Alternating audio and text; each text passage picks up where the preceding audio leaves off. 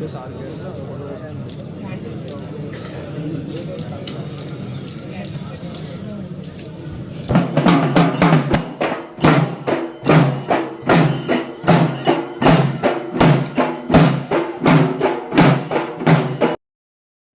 బలహీన వర్గాల ఆశాజ్యోతి మన అన్న మల్కాజ్గిరి పార్లమెంటు సభ్యులు ఈటల రాజేందర్ అన్న గారు, అదేవిధంగా సోదరి మంచాలు మాట్లాడారు. నిజంగా కేవైసీ కుర్మలను చైతన్యం చేయాలి, కుర్మలందరినీ కూడా ఐక్యం చేసి రాజకీయ రంగంలో ధన్యవాదాలు తెలియజేస్తూ, నూతనంగా ఎన్నికైనటువంటి సర్పంచులు ఉప సర్పంచులకి వార్డు తమటువంటి వాళ్ళు ఏ పార్టీకి నాయకత్వం వహించదు, ఏ పార్టీలలో లేకుండా సంఘం కోసమే పనిచేయడానికి పూనుకొని ఆ నూతనంగా ఎన్నికైనటువంటి ప్రతి ఒక్కరికి కూడా శుభాకాంక్షలు తెలియజేస్తూ సెలవు తీసుకుంటున్నాను.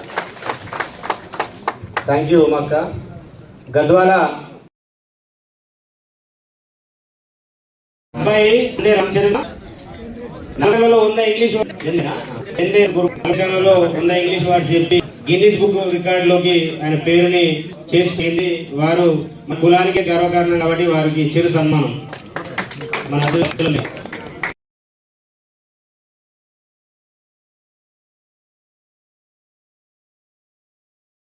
మాదారం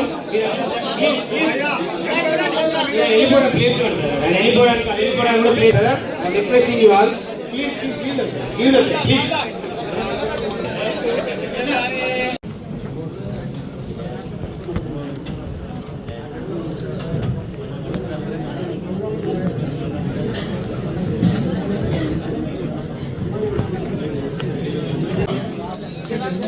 రాజన్న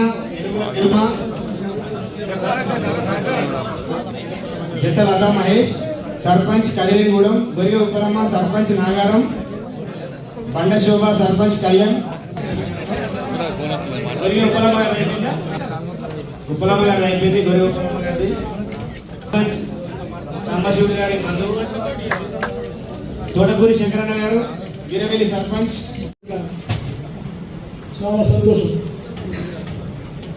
ఎందుకంటే ఎక్కడ యువత ఉంటే అక్కడ శక్తి ఉంటుంది. కాబట్టి యువశక్తి ఏ సంస్థకైనా చాలా అవసరం. అందుకని కురుమ యువ చైతన్య సంస్థ పెట్టి దీన్ని రాష్ట్ర వ్యాప్తంగా నిజమైనటువంటి శక్తిగా మార్చాలని నేను మీకు సభాముఖంగా మనం చేస్తాను. అనేక మంది యువకులు ఉన్నారు, శక్తి సామర్థ్యాలు ఉన్నాయి. కాబట్టి వాళ్ళందరినీ ఏకం చేసి వాళ్ళందరినీ ఒక దిశలో తీసుకెళ్తే సరైనటువంటి ఫలితాలు తప్పకుండా వస్తాయని నేను ఈ సభాముఖంగా తెలియజేస్తాను. మిత్రులారా, సర్పంచ్గా ఎన్నుకోబడ్డాను.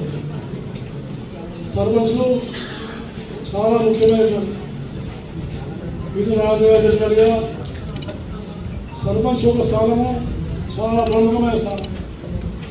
గ్రామాభివృద్ధి, గ్రామ సభలలో కీలకమైన పాత్ర పోషించేది సర్పంచ్ మాత్రమే. కాబట్టి అలాంటి కొత్తగా సర్పంచ్గా మీరు కుటుంబపురం నుంచి మంచి సంఖ్యలో ఎన్నుకోబడినటువంటి అందరికీ హృదయపూర్వక ధన్యవాదాలు. అందులో మహిళలు ఎక్కువ మంది ఉన్నారు. మహిళలు రాజకీయాల్లో ఉండడం చాలా సంతోషం. ఎందుకంటే రాజకీయాలు అనేవి పవిత్రమైనవి. రాజకీయాలు ఎప్పుడు కూడా అపవిత్రం చేయలేదు. పవిత్రం ఎందుకంటే ప్రజాసేవకు నిలబడినటువంటి కేంద్రము రాజకీయం అని విజ్ఞానం చేస్తాం. రాజకీయం వ్యాపారం కాదు, రాజకీయం సొంత ఆస్తులు పెంచుకోవడం కోసం కాదు, రాజకీయం ప్రజాసేవ కోసం నిస్వార్థం. కురుమకుల సంఘం నేను పార్లమెంట్ సభ్యులుగా ఉన్నప్పుడు ఒక బ్యాంకర్ సమావేశం జరిగింది. వాళ్ళు 99% అప్పు చేస్తున్నారు. క్రమం తప్పకుండా అప్పులు తీసుకుంటే సరైన విధంగా ఇచ్చేవాళ్ళు కుటుంబం వాళ్ళని చెప్పేసి బ్యాంక్ ఆఫీసర్ వాళ్ళు చెప్పినారు. కాబట్టి ఆ నీతిని నిజాయితీని మనం నిలబెట్టుకోవాల్సిన అవసరం ఉన్నాయి. నేను మీకు సభాముఖంగా చేస్తాను.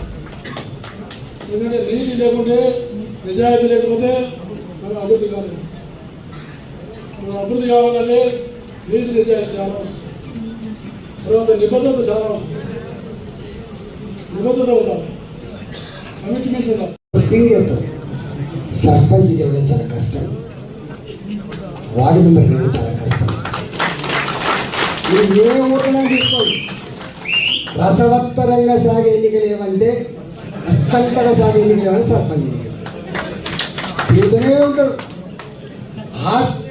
ఆ ఒక్క ఊళ్ళే ఆ ఒక్క సర్పంచ్ పొద్దునప్పుడు ఎవరు దొరుకుతాడు, రాత్రి కూడా ఎవరు దొరుకుతాడు, మధ్యాహ్నం కూడా ఎవరు దొరుకుతాడు.